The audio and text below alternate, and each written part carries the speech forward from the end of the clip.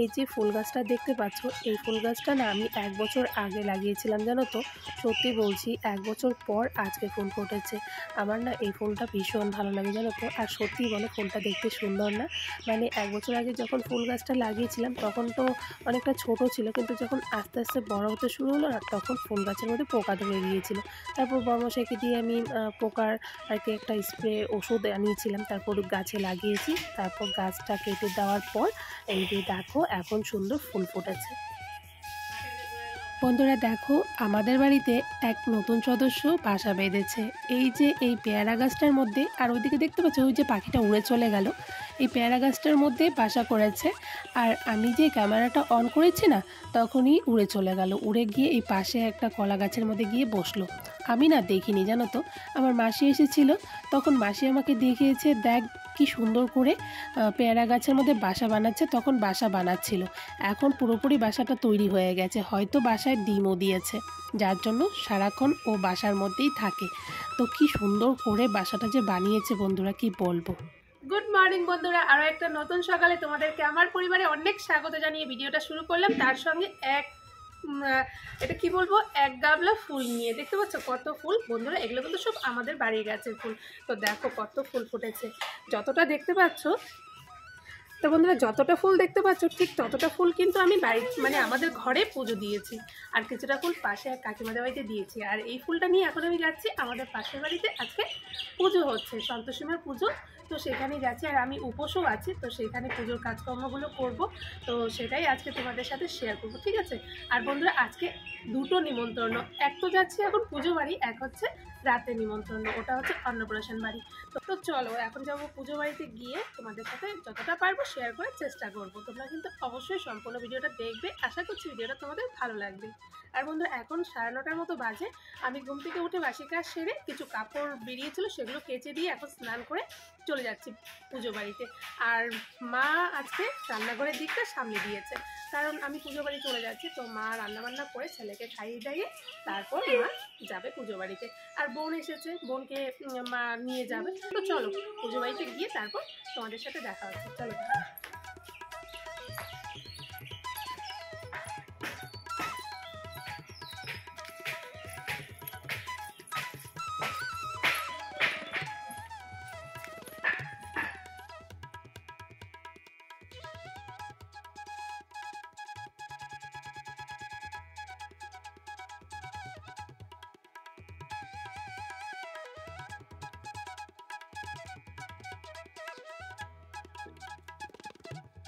তো বন্ধুরা চলে আসলাম পুজো বাড়িতে, এসেই দেখছি যে নাড়ু বানাচ্ছে। তো আমিও নাড়ু পাকাতে বসে পড়েছি। ওদিকে এক কাকিমা নারকেলের খিসাগুলো বানিয়ে দিচ্ছিল, আর আমি আর দিদি মিলে বানাচ্ছিলাম।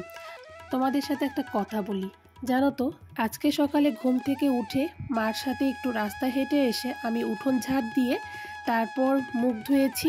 সবেমাত্র আমি গ্যাসে শুধু জল গরমটা বসিয়েছি যে জল খাবো, আর এক সাইডে চা বসাচ্ছি যে চা বানাবো।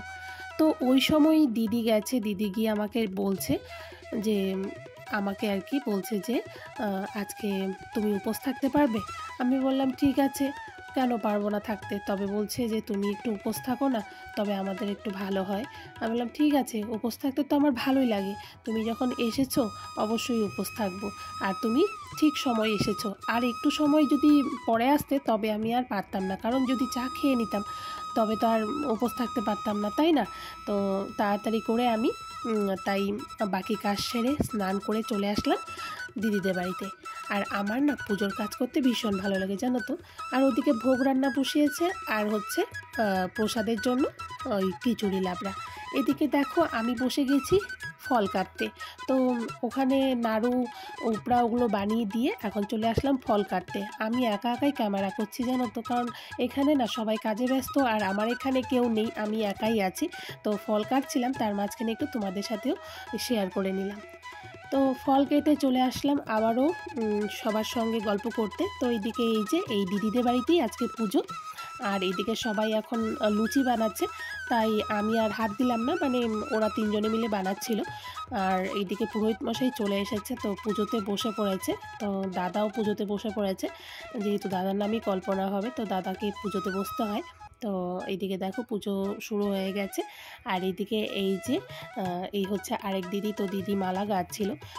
তো বন্ধুরা মানে কি বলবো, আজকে যে আমি সন্তোষী মার মানে পুজোর কাজ করতে পারবো সেটা আমি সত্যিই ভাবতে পারিনি, জানো তো।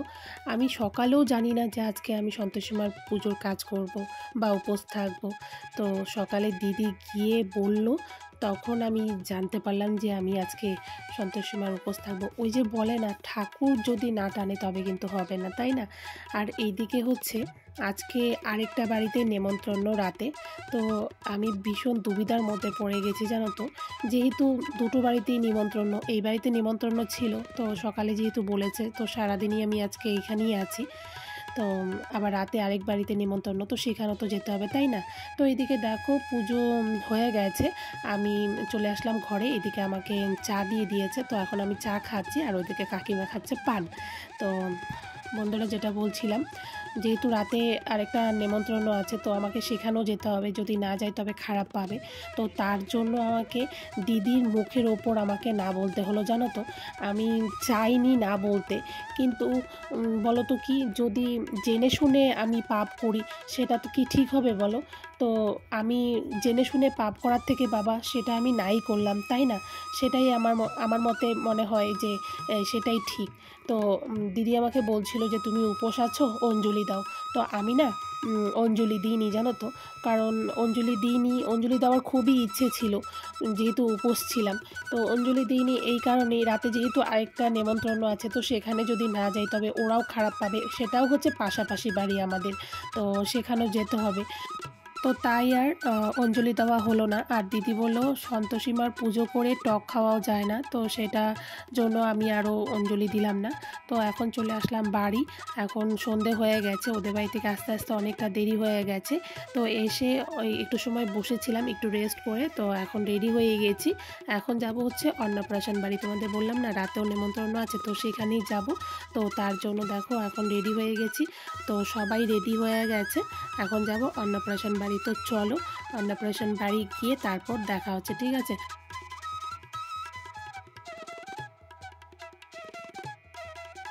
তো বন্ধুরা চলে আসলাম অন্নপ্রাশন বাড়ি। এসেই দেখো চলে আসলাম পুচকুর সাথে দেখা করতে। এই যে পুচকুটাকে একটু আদর করছিলাম, ওর হাত খাওয়াতেই ব্যস্ত, হাতই খেয়ে যাচ্ছে। আর ও আমার বাবুকে শুধু দেখে যাচ্ছিল, জানো তো। ও ওর দিকেই তাকিয়ে আছে। তো আমি বললাম আসো একটু তোমাকে কোলে নিই। তো আমি ওর মার কোলে ছিল, ওর মার কোল থেকে আমি ওর মানে আমার কোলে নিচ্ছিলাম। তো সুন্দর এসেও গেছে, জানো তো। আমি সুন্দর মানে হাত পেতেছি, চলে আসলো আমার কাছে।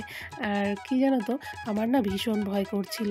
এখন না বাবু বড় হয়ে যাওয়ার পর না কোনো বাচ্চাকে কোলে নিলে মনে হয় যেন ঠিকঠাকভাবে ধরতে পারবো, তো এরকম একটা মনে হয়। আর দেখো আমি যে ধরেছি মনে হচ্ছে যে মানে আমি ভালো করে নিতেই পারছিলাম না, এতটা মানে কেমন যেন লাগছিল। অনেক বছর থেকে তো বাচ্চাকে সেইভাবে কোলে নেওয়া হয় না, বুঝতেই পারছো।